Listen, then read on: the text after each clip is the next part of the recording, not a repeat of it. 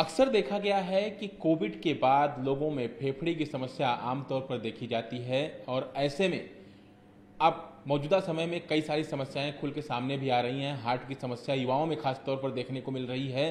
क्या इसकी वजह है और क्यों ऐसा हो रहा है?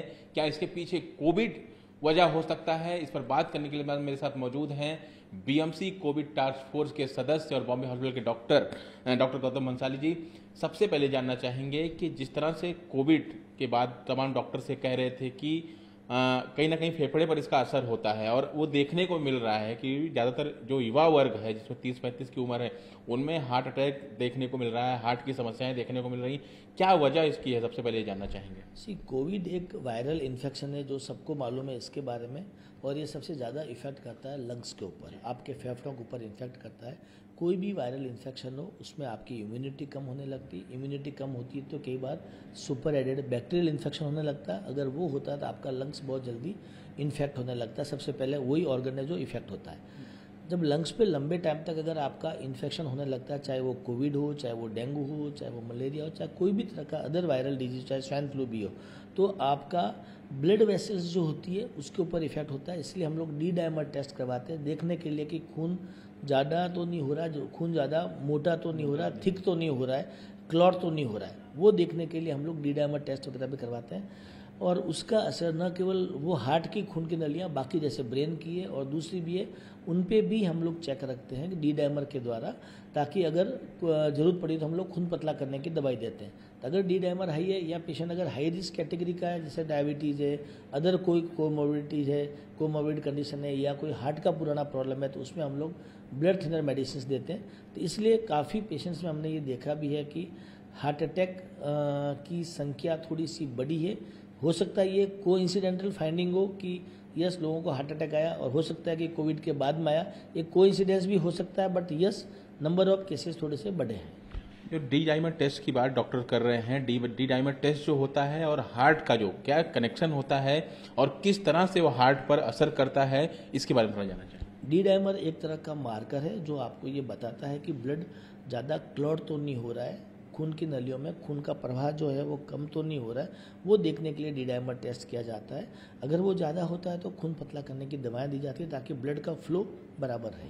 तो हार्ट पर इसका असर होता है, खासतौर पर जो कोविड मरीज हैं, जो कोविड से गुजर चुके हैं, उनके लिए ज़्यादा खतरा रहता है। यस डेफिनेटली कोविड वाले पेशेंट्स के अंदर ब्लड क्लॉटिंग के चांसेस रहते हैं, इसलिए हम लोग ये डी डायमर टेस्ट करवा के देखते हैं, प्लस एक्सरे भी देखते हैं। अगर हमको कोई और डाउट लगता है तो सीटी स्कैन और आगे सिटी एनजीओ वगैरह मल्टीपल टेस्ट होते हैं, वो अगर ज़रूरत पड़ती है तो हम लोग वो भी करवाते हैं। जो सर कोविड के मरीज होते हैं खासतौर पर, क्योंकि आपने देखा होगा कि आज के दौर में लोग स्लिम ट्रिम रहने के लिए कई सारे जो जिम जाते हैं या फिर एक्सरसाइज करते हैं, तो क्या ऐसा भी हो सकता है कोविड मरीज के लिए कि अगर वो ज़्यादा एक्सरसाइज कर रहा है या ट्रेडमिल पर ज़्यादा दौड़ रहा है तो उसके लिए हार्ट पे असर होने का खतरा बढ़ जाता है? Definitely not only Covid patient, बाकी पेशेंट भी काफ़ी हमने देखे। ऐसा नहीं है कि कोविड के बाद ही ये जो जिम करने वाले या एक्सरसाइज करने वाले लोगों में हार्ट अटैक की संख्या बढ़ी है। कोविड से पहले भी ये देखने को काफ़ी मिला था कि लोग अगर ओवर एक्सरसाइज करते हैं, हाई स्ट्रेनियस एक्सरसाइज करते हैं, या सडनली एक्सरसाइज चालू करने लगते हैं, जैसे आज ट्रेडमिल पे आदमी 4 किलोमीटर चल रहा है और सेकेंड डे सडनली अगर 9 किलोमीटर चलने की कोशिश करता है अपने आप को, प्लस हर आदमी को 6 पैक्स बनाने के चक्कर में लगा हुआ है, सबको लगता है कि मेरी मसल्स अच्छी होनी चाहिए, दिखना चाहिए, जो एक अच्छी बात है। लेकिन लोग काफ़ी बार फास्टिंग में भूखा पेट जाते हैं जिम के अंदर, हैवी एक्सरसाइज करते हैं, बिना ट्रेनर बिना गाइडेंस के लंबे टाइम तक अगर एक्सरसाइज करते हैं, ज़्यादा कैलोरी बर्न करने के चक्कर में रहते हैं, तो उसमें नॉट ओनली है, क्योंकि हार्ट की वेसल्स जो होती है वो पूरे बॉडी में सप्लाई करती है, ब्लड सब जगह सप्लाई करती है। अगर आप बहुत ज़्यादा एक्सरसाइज करते हो तो आपकी जो ब्लड वेसल्स होती है वहाँ ऑक्सीजन की डिमांड बढ़ जाती है, ब्लड फ्लो की डिमांड बढ़ती है, और वो अगर फुलफिल नहीं हो पाता तो हार्ट अटैक आने के चांसेस बढ़ते हैं। जो ब्लड क्लॉटिंग होता है सर, जो ब्लड क्लॉटिंग, जो खून मोटा होने लगता है, तो क्या कोविड जो पेशेंट होता है जो कि गुजर चुका होता है कोविड से या फिर कोविड में वो होता है, तो उसमें जो खून मोटा होने के चांसेस बहुत ज़्यादा रहते हैं और डी डायमर टेस्ट को ज़्यादा जरूरत पड़ती है? डेफिनेटली कोविड एक एडिशनल रिस्क फैक्टर है इस टाइप के कार्डियक पेशेंट के अंदर। जैसे कार्डियक पेशेंट में हम लोग बोलते हैं कि होमोसिस्टिन लेवल आपका नॉर्मल होना चाहिए, ज़्यादा नहीं होना चाहिए होमोसिस्टिन लेवल। स्मोकिंग वाले पेशेंट है उनमें कार्डियक रिस्क फैक्टर बढ़ जाता है। डायबिटीज़ वाले पेशेंट में उनमें कार्डियक रिस्क फैक्टर बढ़ जाता है। ब्रेन स्ट्रोक वाले पेशेंट है उनके अंदर कार्डियक रिस्क फैक्टर बढ़ जाता है। कैंसर पेशेंट है, अलग अलग तरह के पेशेंट। इस तरह से कोविड भी एक तरह का रिस्क फैक्टर है कार्डियक पेशेंट्स के लिए। थोड़ा सा सावधानी डेफिनेटली रखनी चाहिए। आज के समय में सर देखा गया है कि कम उम्र में, साफ तौर पर जो 35-40 की उम्र के हैं, 30 की उम्र के ऊपर हैं, उनमें हार्ट अटैक की समस्या, हार्ट की समस्या देखने को मिल रही है। और खास तौर पर जो कोविड पॉजिटिव हुए तो उनमें ये ज़्यादातर देखा जा रहा है। तो ऐसे में इसकी वजह क्या है? क्योंकि इतनी कम उम्र में हार्ट की समस्या हो जाना कहीं ना कहीं एक खतरा है। डेफिनेटली ये एक बड़ा खतरा है जो हम लोग देख रहे हैं कि आजकल 25-30 साल की उम्र के लोगों को भी अगर एंजियोग्राफी करते हैं या चेस्ट पेन वाले पेशेंट आते हैं उनको अंदर ट्रिपल वेसल, तीनों वेसल में ब्लॉकेज मिलते हैं। 30-30 साल के जवान लड़के बाईपास के लिए जा रहे हैं या एंजियोप्लास्टी के लिए जा रहे हैं, अक्यूट हार्ट अटैक लेकर आ रहे हैं। हो सकता है कि सबसे बड़ा कारण है कि फूड एडल्ट्रेशन बहुत ज़्यादा होता है। सेकेंड एक रीज़न हो सकता है कि स्ट्रेस फैक्टर आज की डेट में इतना ज़्यादा बढ़ गया है हर व्यक्ति का, चाहे वो काम का हो, चाहे वो स्टडीज़ का हो, चाहे वो एक एम्बिशंस के हो, ओवर एम्बिशियस लोग हो गए शायद, हो सकता है कि वो एक रीज़न हो।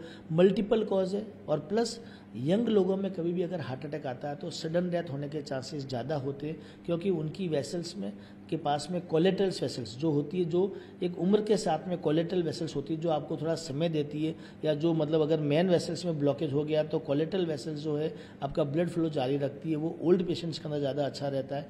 यंग पेशेंट में कोलेटरल डेवलप नहीं होती है तो उनमें हार्ट अटैक आने के चांसेस होते हैं। प्लस लाइफस्टाइल जो सबसे ज़्यादा खराब है, सेडेंटरी लाइफस्टाइल है, स्मोकिंग, एल्कोहल, स्ट्रेस फैक्टर जो एक अलग लेवल पर चला गया, ये सब कंट्रीब्यूटिंग फैक्टर है हार्ट अटैक को बढ़ावा देने के। इससे बचने के क्या उपाय हैं? खासतौर पर हार्ट की जो समस्या लोगों में देखने को मिल रही है और कोविड पेशेंट अगर उससे उबर भी जाता है तो उसमें कहीं ना कहीं खतरा बना रहता है हार्ट का, या फिर ब्लड क्लॉटिंग का जो खतरा बना रहता है।